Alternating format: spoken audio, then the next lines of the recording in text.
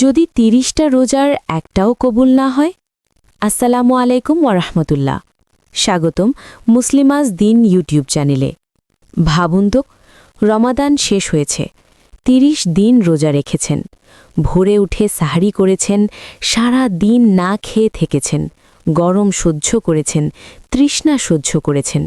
কিন্তু যদি এমন হতো রমাদান শেষে আপনি জানতে পারলেন আপনার একটা রোজাও কবুল হয়নি, কেমন লাগতো তখন? ভাবতেই বুক কেঁপে ওঠে, তাই না? কারণ আমরা সবাই বিশ্বাস করি আমরা রোজা রাখছি মানেই আল্লাহর কাছে গ্রহণ হচ্ছে। কিন্তু রাসূলুল্লাহ সাল্লাল্লাহু আলাইহি ওয়াসাল্লাম আমাদেরকে একটি ভয়ঙ্কর সতর্কবার্তা দিয়েছেন। তিনি বলেন, কত রোজাদার আছে যাদের রোজার বিনিময়ে ক্ষুধা ছাড়া আর কিছুই জোটে না। সুনানি ইবনে মাজাহ ১৬৯০। মানে কি? মানুষ রোজা রাখছে কিন্তু সওয়াব পাচ্ছে না, শুধু ক্ষুধা, শুধু তৃষ্ণা, কিন্তু আল্লাহর কাছে কোনো মূল্য নেই। কেন এমন হয়? রাসূলুল্লাহ সাল্লাল্লাহু আলাইহি ওয়াসাল্লাম আরও বলেন, যে ব্যক্তি মিথ্যা কথা ও মিথ্যার আমল বর্জন করেনি তার পানাহার ত্যাগ করার আল্লাহর কোনো প্রয়োজন নেই। সাহিহ বুখারী ১৯০৩। সুবহানাল্লাহ। অর্থাৎ রোজা শুধু না খেয়ে থাকার নাম না, রোজা মানে চোখের রোজা, জিহ্বার রোজা, হৃদয়ের রোজা, চরিত্রের রোজা। আমরা কি করি? রোজা রেখে মিথ্যা বলি, গীবত করি, মানুষকে অপমান করি, গালি দেই, রাগে পরিবারকে কষ্ট দেই।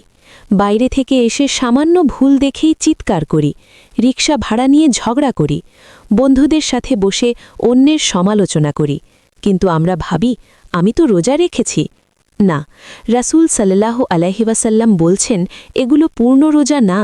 আল্লাহ এমন রোজা চান না যেখানে পেট ক্ষুধার্ত কিন্তু চরিত্র পরিবর্তন হয়নি। রমাদান এসেছে আমাদের বদলানোর জন্য। রোজা আমাদের শেখায় ধৈর্য, নম্রতা, ক্ষমা, সততা, সুন্দর চরিত্র। কারণ ইসলাম শুধু ইবাদতের ধর্ম না, এটা চরিত্র গঠনের ধর্ম। রাসূলুল্লাহ সাল্লাল্লাহু আলাইহি ওয়াসাল্লাম বলেছেন, যে ব্যক্তি তার চরিত্রকে সৌন্দর্যমণ্ডিত করেছে আমি তার জন্য জান্নাতের সর্বোচ্চ স্থানে একটি ঘরের জিম্মেদার। সুনানে আবু দাউদ ৪৮০০।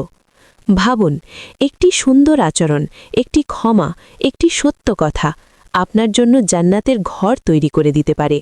তাই এই রমাদানে শুধু রোজা রাখবেন না, নিজেকে বদলান, মিথ্যা ছাড়ুন, গীবত ছাড়ুন, রাগ নিয়ন্ত্রণ করুন, মানুষকে কষ্ট দেওয়া বন্ধ করুন। কারণ আল্লাহ ক্ষুধা চান না, আল্লাহ চান আপনার হৃদয়ের পরিবর্তন। হয়তো এটাই হবে সেই রমাদান, যে রমাদান আপনার জীবন বদলে দেবে।